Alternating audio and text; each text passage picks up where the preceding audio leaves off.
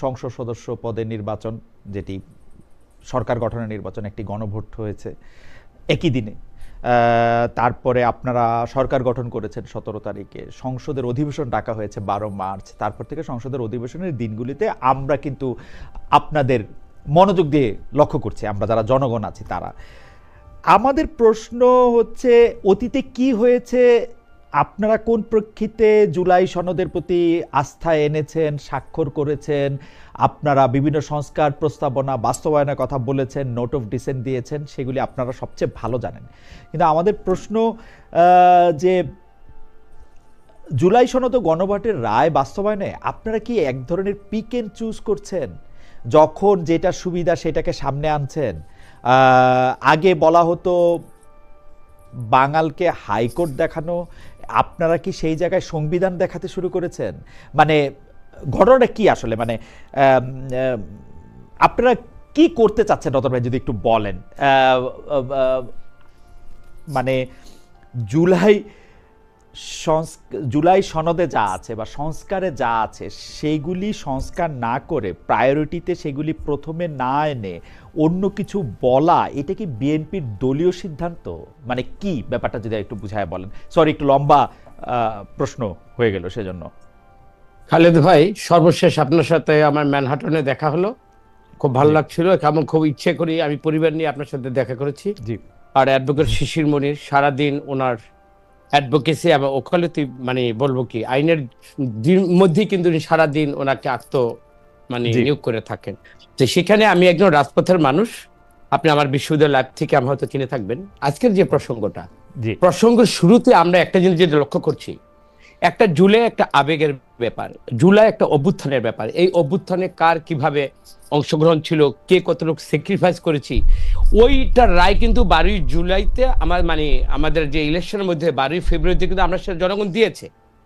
এখন তৎপরবর্তীতে আমরা যে হানা ভোটের যে প্রভিশনটা ছিল, সেই 4টা যে পয়েন্টের উপর ছিল, ওই 4টা পয়েন্ট থেকে কোন জায়গায় বিএনপি বলেছে আমরা সরে এসেছি। আজকে যে প্রাণবন্ত সবাইকে নিয়ে যে আলোচনাটা হলো মুলতবি প্রস্তাবের উপর, জামাতের যে আমির, ওনার প্রস্তাবের উপর আর 2 ঘন্টা যে প্রাণবন্ত আলোচনাটা হলো, এই আলোচনাটাকে আমি সূত্র ধরে বলি এবং এটিকে আমি মিন করতে চাই। এখানে আমি মনে করি যার যার অবস্থান থেকে পুরোপুরি পুঙ্খানুপুঙ্খভাবে এটা 2 পক্ষ থেকে, এখানে আমাদের সালাউদ্দিন ভাই ছিলেন যিনি এই জুলাই সনদের সাথে প্রথম থেকে এই প্রক্রিয়ার সাথে জড়িত ছিল। তারপর আজকে আইনমন্ত্রী আমাদের আসাদ ভাই ছিলেন, ওনাদের বিজ্ঞ সমস্ত লোকগুলো কিন্তু এখানে কথা বলে এক জায়গায় কিন্তু আমরা এসেছি। সেটা কি, সর্বশেষ দেখেন, আমি ডিবেট করলে আমি করতে পারি, কিন্তু আমি ডিবেটে আমি যাব না। আর এইখানে আমি ডিবেটে যাব না, কারণ আমি হইলাম রাজপথের মানুষ। আইনের ব্যাখ্যাটা দিবেন সেটা শিশির মনির ভাই।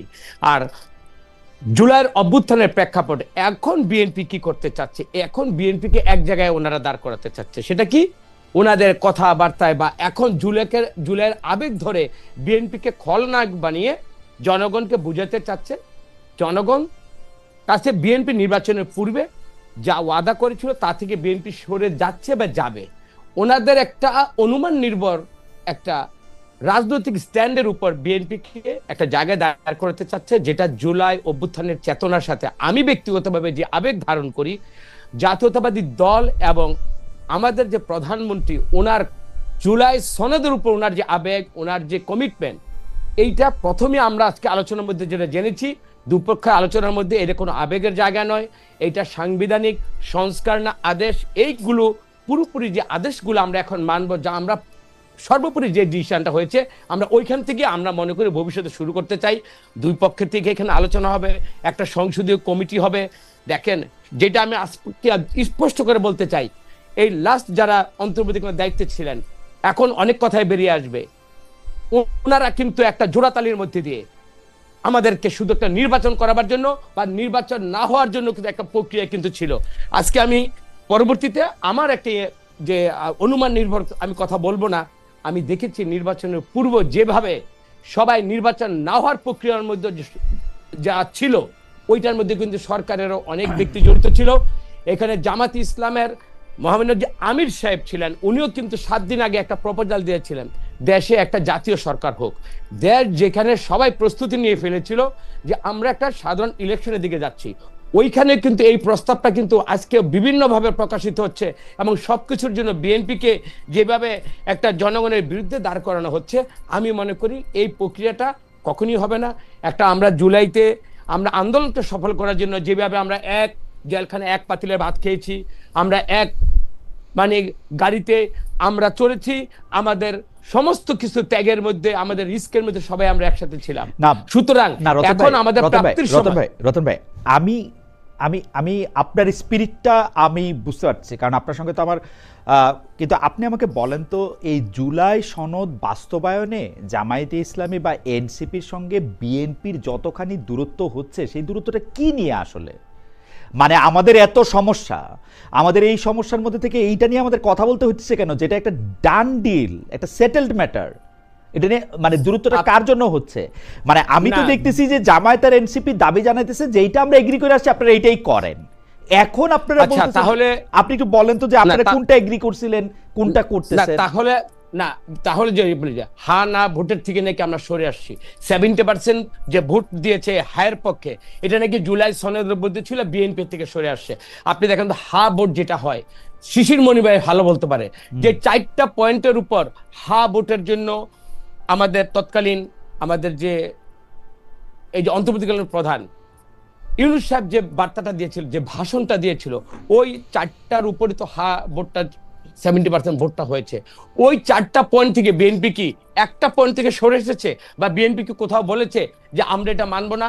সালাউদ্দিন সাহেব আজকে স্পষ্ট করে বলেছে, জুলাই সনদে যা আমরা সাইন করেছি এবং সাইনটা আমরা প্রথমেই করেছিলাম, এই সাইনের বাইরে আমরা এক চুল আমরা অন্যদিকে যাব না। তাহলে ওনারা ব্যাখ্যাটা দেখ, বিএনপি কে এখন সন্দেহ করা হচ্ছে, বিএনপি এখন 217 সিটের বিএনপি হয়ে গেছে, বিএনপি আগামীতে দানব হয়ে যাবে, যেই দানবের একটা কাল্পনিক একটা অলিক একটা ধারণা নিয়ে বিএনপির উপর একটা দায় চাপাতে চাচ্ছে।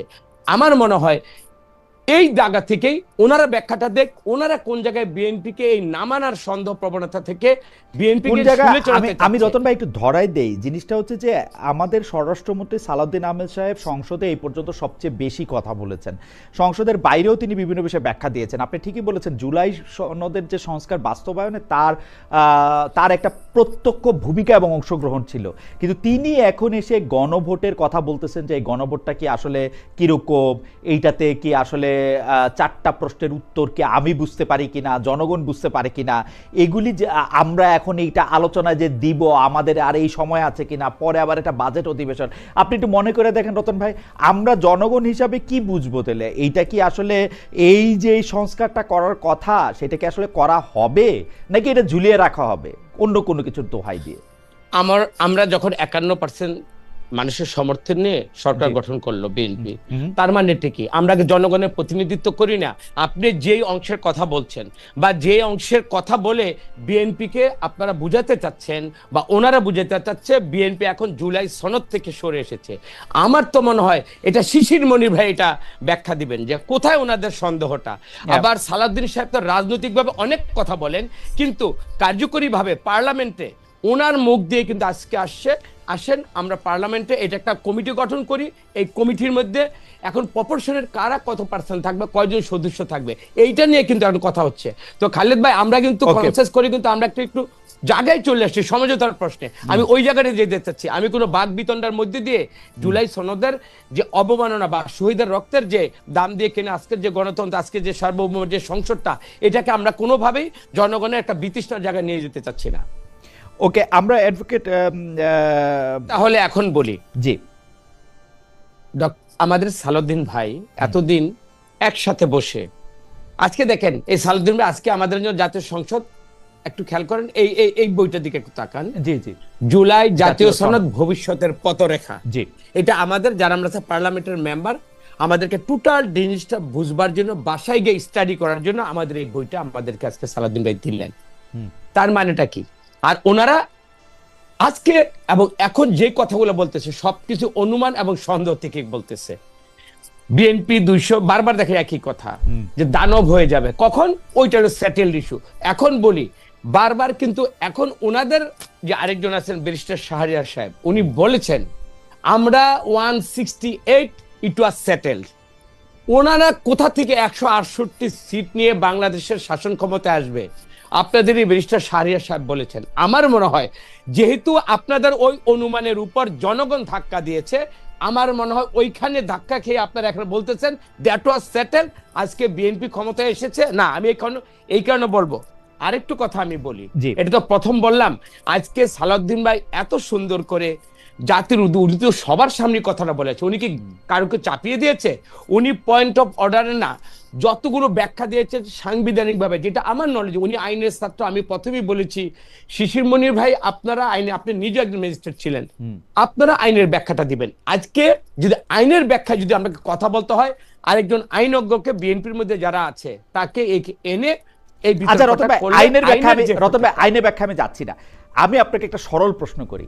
সালাউদ্দিন সাহেবের আজকের বক্তব্য সংসদে দেওয়া, যেটা আপনার খুব ভালো লেগেছে, জুলাই সনদের যে বই, এটা দেখেছি, সবসময় ভালো লেগেছে। আচ্ছা, এই বক্তব্য আর যখন এই জুলাই সংস্কার, মানে জুলাই সনদ নিয়ে, সংস্কার নিয়ে আলোচনা হইতেছিল, সেই সময় উনি যেসব বক্তব্য রাখতেছিলেন বা সর্বশেষ উনি যখন স্বাক্ষর করলেন, আপনি কি এই দুইটা বক্তব্যের মধ্যে কোনো পার্থক্য দেখেন? অর্থাৎ আমি বলতে চাই যে নভেম্বর 2025 পর্যন্ত জনাব সালাউদ্দিন আহমেদের বক্তব্য, না আমি আরেকটু ডিসেম্বরের আচ্ছা ডিসেম্বরের শেষ পর্যন্ত জনাব সালাউদ্দিন আহমেদের বক্তব্য আর আজকের বক্তব্যের মধ্যে এই 3 মাসের মধ্যে আপনি কি তার বক্তব্যে কোনো তফাৎ দেখেন?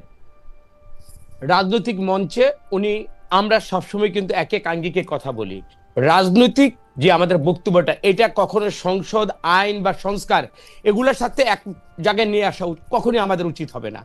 আজকে যা বলেছেন এটা করার জন্য বলেছেন, দেশের মানুষের জন্য বলেছেন, এবং সাংবিধানিক ভাবে আজকের যে আমরা জটিলতাটা আমরা মনে করছি, উনি কিন্তু কনসাইজ করে এমন একটা জায়গায় সমঝোতার প্রশ্নে আসছেন। তো সমঝোতাটা কখন হয়?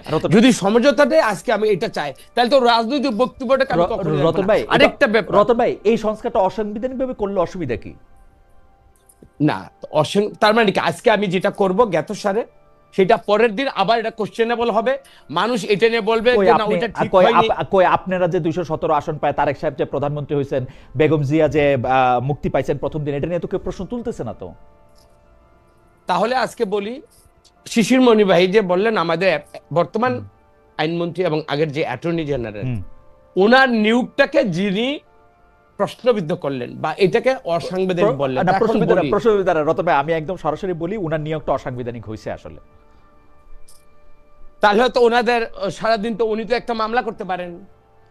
না না, শিশির মনির ভাই তো এটা তাকে মামলা টুকু দিতে পারেন। শিশির মনির স্পষ্ট বলছেন যে তারা এটা নিয়ে কোনো আলোচনা করতে চান না, বিকজ এটা একটা সেটেলমেন্ট মনে করেন না। তাহলে আমি বলি, যেই জায়গায় আপনাদের সুবিধা হবে সেই জায়গায় চান না, আর যে জায়গায় বিএনপিকে একুইস্ট করে রাজনৈতিক ফায়দা হাসিল করা যাবে সেই জিনিসটা করা যাবে। এইটা আমি একটা কথা বলি না, আজকে যেটা আসাদ ভাই যে উত্তরটা দিয়েছে, ওই যে ওনার তৎকালীন অ্যাটর্নি জেনারেলের যে নিয়োগটা যদি অসাংবিধানিক হয়, তাহলে এই যে টুপ্পু মিয়ার আন্ডারে যারা নাহিদ, যারা এনসিপি কে নিয়ে যারা আজকে জোট করলো, তাদের ওইটা অসাংবিধানিক। উনি স্পষ্ট যে ব্যাখ্যাগুলো দিয়েছেন, হ্যাঁ না দিয়েছেন, তার মানে এটা কি আমরা কি এই এখন রাজনৈতিক নয়, এখন আইনের যে কুট চাল দিয়ে আমরা কি রাষ্ট্রটাকে আবার কি আগের জায়গায় নিয়ে যাবো?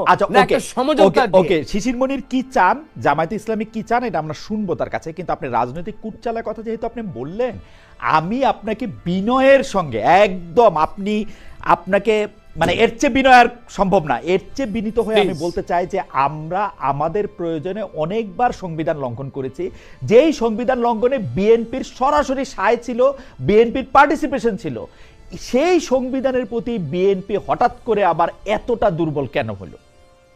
কি দরকার? আপনি যেটা বলতেছেন যে সংবিধান প্রেমিক হওয়া, জি আপনি দেখেন আজকে আমাদের আরেকটা আন্দোলিক পার্থ ব্যারিস্টার, উনি একটা কথা বলেছেন, জি ওনার কথাগুলো কি আমরা শুনিনি? জি শুনছি, যে এই জুলাই সনদ থেকে যদি বিএনপি যদি সরে যায়, উনি এটার বিপক্ষে স্ট্যান্ড নেবেন। তার মানেটা কি? ওনার আবেগে, হৃদয়ে উনি কি এটাকে ধারণ করেননি? এখন যে আইনগতভাবে অবশ্যই ধারণ করে। এই জুলাইয়ের বিপক্ষে স্ট্যান্ড নেওয়ার কোনো লাভ বিএনপি নাই, ও কেন নিবে? কিন্তু আমার কথা হলো এটা সরল পথে, আপনারা সিরাতাল মুস্তাকিমটা কেন নিচ্ছেন না? সরল পথ কেন নিতেছেন না? আপনি যেটা মনে করতেছেন সরল পথ, ইহদিনা সিরাতাল মুস্তাকিম, তো আমরা আছি, আমরা তো এইখান থেকে বিচ্যুত করতে চাচ্ছে, আমরা তো এই পথ থেকে আমরা কখনোই বিচ্যুত হব না।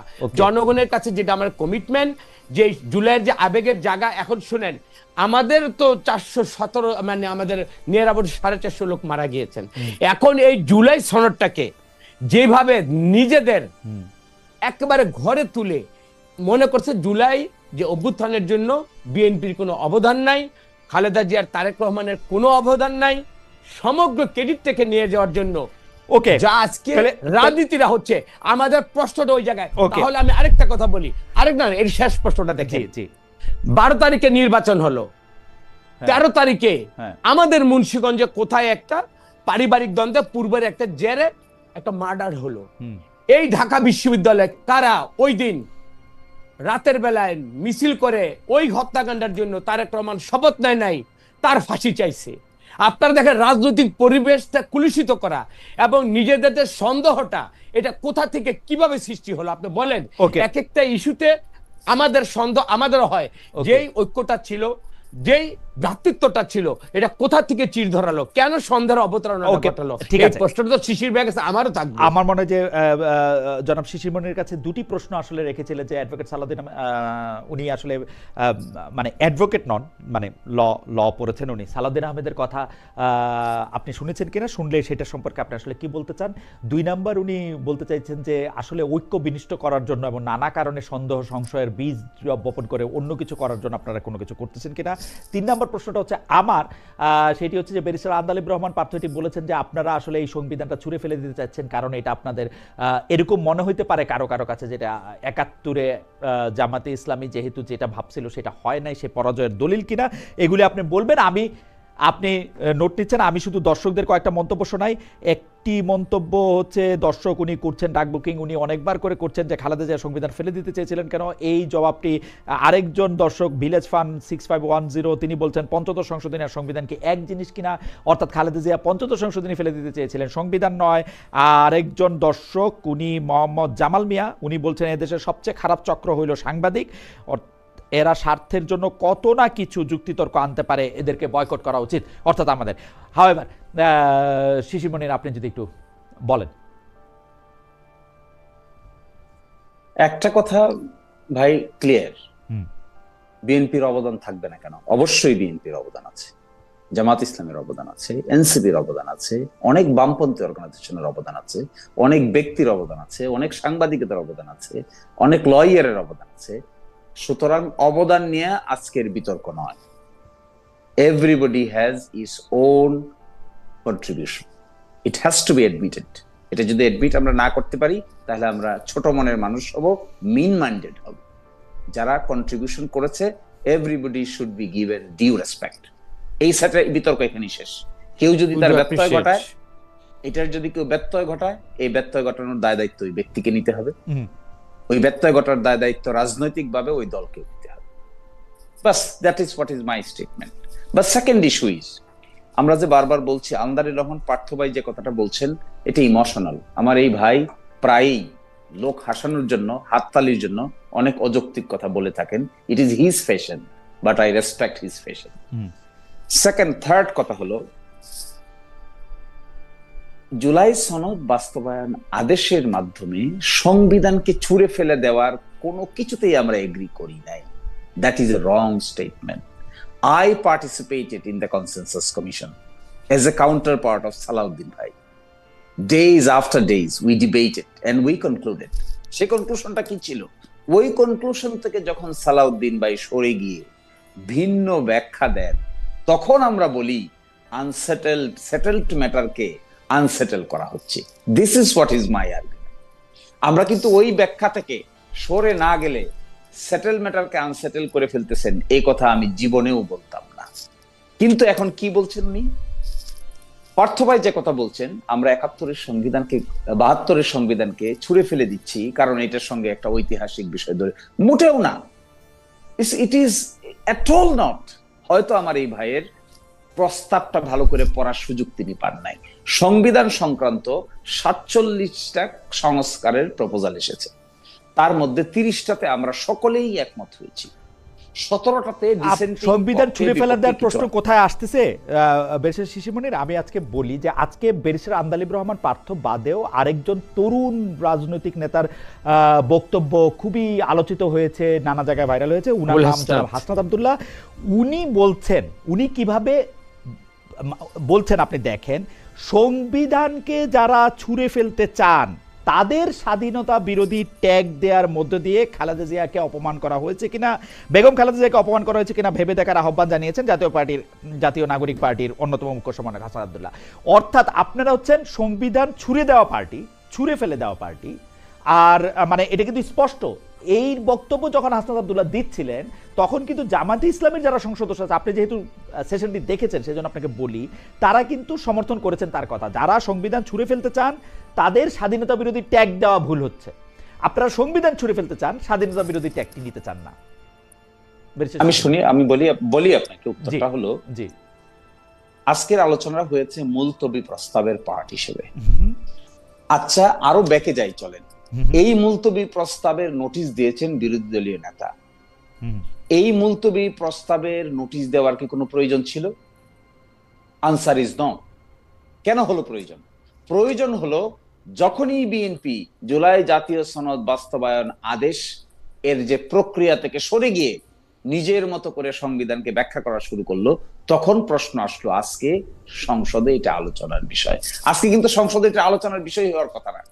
আপনি দেখেন একটা রোড ম্যাপ ঠিক করা হয়েছে, রোড ম্যাপটা আপনি মানছেন না দেখে আজকে এটা আলোচনার বিষয়। যদি মানতেন তাহলে আলোচনার বিষয় হতো না। আমাদের আলোচনার বিষয় হতো। আমাদের আরেকটা বিষয় এবং এখানে সালাউদ্দিন সাহেব আজকে যে কথাটা বলছেন খুবই অবজেকশনেবল। একটা লিডারশিপের ক্রেডিবিলিটি ডিপেন্ড করে কনসিস্টেন্সির উপরে। আপনি মহিউদ্দিন ভাই আমার সঙ্গে যদি এক কথা বলেন, আরেকজনের সঙ্গে আরেক কথা বলেন, নিশ্চয়ই আপনি ক্রেডিবল হবেন না। আপনার ক্রেডিবিলিটি যদি ধ্বংস হয় তাহলে ঠিকানা টক শো লাইট হয়ে যাবে। অবশ্যই আমি আইনজীবী, আমার কথা অবশ্যই আপনাকে আমরা সকলেই তাই মনে করি। আমরা তার আই উইটনেস। ওকে ব্যারিস্টার মনির, আমি এই প্রসঙ্গটাতে আমার একটু অন্য প্রসঙ্গে যাইতে হবে। আমি শুধু এই জায়গাটা আপনি একটু প্রশ্ন বলতে, বিএনপি কিন্তু বাস্তবায়ন নিয়ে কোনো প্রশ্ন তুলতেছে না, বিএনপি বলতেছে প্রক্রিয়া নিয়ে প্রশ্ন। আপনারা সেই জায়গায় বিএনপিকে সুযোগটা দিচ্ছে না কেন? আপনারা প্রক্রিয়াটার ছাড়া বিএনপি কিন্তু আপনাদের এই জুলাই সনদে যা যা কিছু আছে, আপনাদের বলতেছে আমাদের সবার জুলাই সনদের যা যা কিছু আছে তা নিয়ে কিন্তু আসলে কোনো কথা বলতেছে না। বিএনপিকে এই সুযোগটা কেন দেওয়া হচ্ছে না? শুধু মানে প্রক্রিয়াটা, হ্যাঁ এই জায়গাটা দুটো শব্দ দেখবেন, একটা শব্দ হলো সংবিধান অ্যামেন্ডমেন্ট আর একটা শব্দ হলো সংস্কার। রাইট। সংস্কারের পথে যখন আমরা হাঁটছি তখন অ্যামেন্ডমেন্টের চাইতেও একটু বাড়তি কিছু আমরা করতে যাচ্ছি, যেখানে বড় ধরনের কিছু পরিবর্তনের প্রস্তাব করা হয়েছে এগ্রিমেন্টের ভিত্তিতে। এই প্রস্তাবটাকে রিয়েলিটিতে আনতে গেলে, সংস্কার করার প্রক্রিয়ার মধ্য দিয়ে গেলে, পরবর্তীতে আদালতে উপস্থাপন করে অসাংবিধানিক ডিক্লেয়ার করার যে প্রবণতা আমাদের দেশে আছে, এইটার এগেনস্টে একটা সেফগার্ড হবে। এইটাকে মাথায় নিয়ে আমরা সংবিধান অ্যামেন্ডমেন্টের চাইতেও যেহেতু একটু বড় কিছু করার প্রস্তাব করা হয়েছে, ছুঁড়ে ফেলার প্রস্তাব না, কিন্তু অ্যামেন্ডমেন্টের চাইতেও একটু বড় কিছু করার প্রস্তাব করা হয়েছে, যেখানে এক ব্যক্তি দুইবারের বেশি প্রাইম মিনিস্টার হতে পারবেন না, যেখানে রাষ্ট্রপতি প্রধানমন্ত্রীর ক্ষমতার ভারসাম্য থাকবে, যেখানে সাংবিধানিক প্রতিষ্ঠানগুলোতে নিয়োগ দেওয়ার ক্ষেত্রে একচ্ছত্র অধিকার প্রধানমন্ত্রী থাকবে না, যেখানে উচ্চ কক্ষ নিম্ন কক্ষ গঠিত হবে, যেখানে স্বাধীন দলীয় প্রধান সরকার প্রধান হবে না। বিরোধী দলের প্রধান কি দলের প্রধান থাকতে পারবেন সংসদে? বিরোধী দলের প্রধান, এখানে বিরোধী দলের প্রধানের ব্যাপারে কিছু বলা হয় না। কেন? এটা কারণ আমাদের সংবিধানে বিরোধী দলের প্রধানকে নিয়ে তো স্পেসিফিক কোনো আলোচনা নাই। আমার মনে হয় যে যেসব বিষয়গুলি ব্যারিস্টার মনির তুলছেন সেগুলি পুরোপুরি তুলছেন। আমি শুধু কয়েকটা গুচ্ছ প্রশ্ন রতন ভাই আপনাকে করতে চাই। রতন ভাই, আপনি বেয়াদবি নেবেন না, আমি একটু প্রশ্নগুলি করি আপনাকে। আপনি কি মনে করেন এখন থেকে ফ্রম নাও অন আমাদের সংবিধানে যা কিছু আছে সবকিছু বিএনপি মেনে চলে? যেমনটা আমরা জনাব সালাউদ্দিন আহমেদের কথা, যেমনটা আমরা অ্যাডভোকেট আসাদুজ্জামানের কথা আমরা জানতে পারলাম, অর্থাৎ স্বরাষ্ট্রমন্ত্রী আইনমন্ত্রীর কথায়, বিএনপি কি এই সংবিধানকে মান্য করে পথ চলছে? আজকে দেখেন কিছু কিছু ছোট ছোট ঘটনাগুলো কিন্তু মানুষের সন্দেহ অবিশ্বাস তৈরি করে। এই যে সালাউদ্দিন ভাই যখন আজকে দাঁড়ালো, না দেখেন ওনার একটা ছোট্ট একটা আবেগের জায়গা থেকে বলি, আমি তো না দাঁড়ালে অনেকে খুশি হয়। ওনার বক্তব্যে সালাউদ্দিন ভাই যেহেতু এটা নিয়ে স্টাডি করেছেন, দল ওনাকে ম্যাক্সিমাম দায়িত্ব দিয়েছেন, উনি তো এটা নিয়ে কথা বলবে, ডিবেট হবে। এখন কি বলা হচ্ছে, সালাউদ্দিন ভাই 8 বছর কোথায় ছিলেন, ওনার ভিতরে অমুক দেশের আচ্ছা chief রতন ভাই, ঢুকিয়ে দেওয়া আমি এই হয়েছে। প্রসঙ্গটাতে এই পরে আসবো। কথাগুলো রতন ভাই, যখন এই একজন প্রসঙ্গটাতে আমি ব্যক্তি পরে আসবো। সম্পর্কে রতন বলা ভাই, হয়, রতন ভাই, আমি এই প্রসঙ্গটাতে পরে আসবো। আমার প্রশ্ন, বিএনপি এখন থেকে বা যখন থেকে সংবিধানের অধীনে নির্বাচিত হয়েছে, স্পিকার হয়েছে, সেগুলি প্রত্যেকটা জায়গায় সংবিধান পালন করা উচিত কিনা, মান্য করা উচিত বলে মনে করে কিনা? অবশ্যই উচিত এবং মেনে চলছে। মেনে চলছে। আপনারা কি সংবিধানের, আমার সামনে সংবিধানটা খোলা আছে, আপনারা কি সংবিধানের 4 ক অনুযায়ী জাতির পিতা বঙ্গবন্ধু শেখ মুজিবুর রহমানের প্রতিকৃতি, রাষ্ট্রপতি, প্রধানমন্ত্রী, স্পিকার ও প্রধান বিচারপতির কার্যালয় এবং সকল সরকারি ও আধা সরকারি অফিসে, স্বায়ত্তশাসিত প্রতিষ্ঠানের সংবিধিবদ্ধ সরকারি অফিসে দেখাচ্ছেন? সেখানে যেটা হয়েছে, সর্বশক্তিমান আল্লাহর উপর আস্থা এবং বিশ্বাস, এটাই তো সংকুচিত হয়েছে। আপনি দেখেন এই যে এই জায়গাটা আজকে শিশিরমণি ভাই, ঠিক আছে, আমাদের সংবিধান যদি আপনি মানেন, সংবিধান মানলে আপনি 4 ক দিয়ে মানতে হবে তো। 4 ক কি আপনি মানছেন? না, আপনি যেটা বলেছেন এটা এই বললাম তো, আবেগ দ্বারা আমি শাসিত নই, আমি বিবেক দ্বারা এখন আমি বলেছি তো, এটা মানা হয়নি আমি আই ডু এগ্রি, মানা হয়নি। ওকে, তার মানে আপনারা যেইটা আপনারা মানা, এখানে একটু সংযুক্ত করি। জি করেন। এখন তো এই যে বিরোধী দল, তারাও তো একটা পার্ট, তারা তো একটা ছায়া সরকার, তারা কি এটার কোনো প্রতিবাদ করেছে? যদি এইটাও, আমি তো বলেছি সংবিধান মানা হয়নি, কিন্তু আমি যা মানলাম না, সরকারি দল ট্রেজারি বেঞ্চ হিসাবে, ওনার বিরোধী দল হিসাবে ওনাদেরকে দায়িত্ব ছিল না? ওনারা কি এই পয়েন্টে বিরোধিতা করেছে? আমি মানে উনারা বিরোধিতা করছে কিনা এটা অনেকটা শাক দিয়ে মাছ ঢাকা হইতেছে রতন ভাই। আমি আপনার পজিশনটা জানতে চাইছিলাম। এই ক্ষেত্রে সংবিধানকে মানা হয় নাই। হ্যাঁ, সংবিধানকে মানা হয় নাই। তো সংবিধানকে আপনারা এক জায়গায় মানবেন, আরেক জায়গায় মানবেন না, এটা কেন? মানে এটার কারণটা কি? মানে এটার ব্যাপারে কি আপনাদের ডিসিশন নিছে কোনটা মানবেন, কোনটা মানবেন না? না, এটা আমি বলি, এটা কি ইমোশনের ব্যাপার, কিছু ব্যাপার হয়েছে, এটা তাৎক্ষণিক, এটা এত বিশদ আলোচনার মধ্যে যায়নি, এবং ওই আলোচনাটা কোন পর্যায়ে কেন হয়েছে সেটা আমার নলেজ থেকে, আমার জায়গা থেকে আমি জানি না। ঠিক আছে, আমার কাছে মনে হয় যে আমরা পরবর্তী প্রসঙ্গের মধ্যে যাই, তার আগে আমরা দর্শকদের কাছে জানতে চাইছিলাম, আমাকে একটু 10টা সেকেন্ড দিয়ে নাও। জি বেশ শিশুমণি বলেন। আমি বলছি, আমার ভাই বলছেন যে এটা ইমোশনালি হয়েছে। দেখেন, আমরা তো এই কথাই বলছি যে কোনটা সংবিধানের মানা হচ্ছে, কোনটা মানা হচ্ছে না, এই হিসেব যদি আমরা এখন করি, আমরা সকলেই ধরা খাবো। কারণ সংবিধানের অনেক কিছুই আমরা এখন মানতে পারি নাই বিগত 18 বছর। এখন আমরা হঠাৎ করে, আমার সালাউদ্দিন ভাই এত সংবিধান প্রীতি হয়ে গেল, তিনি বাধ্য করে সকলকেই সংবিধানের ভিতরে ঢোকাচ্ছেন, অথচ তিনি নিজেরাই মানতে পারছেন না। আমরা তো সেটাই বলছি ভাই, এই হিসেবে গেলে সকলেই কিন্তু অন ফায়ার হবেন। এই হিসাবে না গিয়ে আমরা সংস্কারের হিসেবে যাই, তাহলে সকলের জন্য। কিন্তু বেশি আপনার মনে হয় না আপনি একজন ব্যবহারজীবী, আপনাকে প্রতিদিন আসলে সংসদে দাঁড়াইতে, মানে কোর্টে যাইতে হইতেছে, আপনি আপিল বিভাগে যাইতে হইতেছে, সব চিফ জাস্টিসের সামনে আপনি কথা বলতেছেন, আপনার কিছু মনে হয় না যে এখন থেকে বা এই সময় থেকে সংবিধান যদি আপনি অক্ষরে অক্ষরে না মানেন, এটা ঝামেলা তৈরি করবে? যেগুলি বিষয়ে একমত আছে সেগুলি বাদ দিয়া আপনি যদি সংবিধানটা এখান থেকে মানতে না শুরু করেন, তাহলে এটা কিন্তু বড় ধরনের ঝামেলার মধ্যে আপনি পড়বেন। আজকে আপনি যেটা রায় নিয়ে বাইরে হয়ে আসবেন জনাব শিশিরমণির, আগামীকালই কিন্তু সেটা আবার বাতিল হবে, কারণ আপনি সারাক্ষণ সংবিধানটাকে লেটার এবং স্পিরিট দুইটা দিয়ে আপনার ফলো করতে হয়। এটার উত্তর আছে কিন্তু। জি বলেন তো উত্তরটা। এই যে এই বিষয়গুলো অনুধাবন করে, এই যে আপনি একটা কথা বলছেন না, I do agree with you, I have full respect to your opinion. At the same time এই যে অ্যানোমালিস গুলো হয়ে গেছে, অ্যানোমালিস গুলো হয়ে যাচ্ছে, এগুলো তো আমরা রিয়েলাইজ করার পরেই আমরা বললাম সংবিধান নির্বাচন হওয়ার প্রথম কাজ হবে সংস্কারের কর্মটা কুইকলি সেরে ফেলা। আচ্ছা, আজকে 40 দিনের উপরে সরকারের বয়স হয়েছে, যদি এই সেটেল ম্যাটারকে আনসেটেল না করতো, আমার ধারণা এতদিনে সংবিধান সংস্কারের স্কিম পরিপূর্ণভাবে বাস্তবায়িত হয়ে যায়। প্রিয় দর্শক, আসসালামু আলাইকুম। আপনাদের সবাইকে আজকের ভিডিওটি দেখেছেন সেজন্য ধন্যবাদ। প্রিয় দর্শক, আজকের ভিডিওতে নানান রকমের আলোচনা সমালোচনা হয়েছে। এখানে খালিদ মহিউদ্দিন সাহেব কথা বলছেন এবং আরও কথা বলেছেন ব্যারিস্টার শিশিরমণির, এবং বিএনপি থেকে একজন প্রভাবশালী নেতা এবং এমপি। তো শিশিরমণি সাহেবও কিন্তু এমপি পদে নির্বাচন করেছেন এবং সে যে কোনো কারণে হেরে গেছেন, কিন্তু তার দাবি হচ্ছে তাকে ইঞ্জিনিয়ারিং করে হারানো হয়েছে। তো প্রিয় দর্শক, আপনার কাছে কি মনে হয় যে শিশির মনির কি আসলে একজন যোগ্য এমপি হওয়ার যোগ্য ছিলেন কিনা, সেটা অবশ্যই কমেন্ট বক্সে জানাবেন।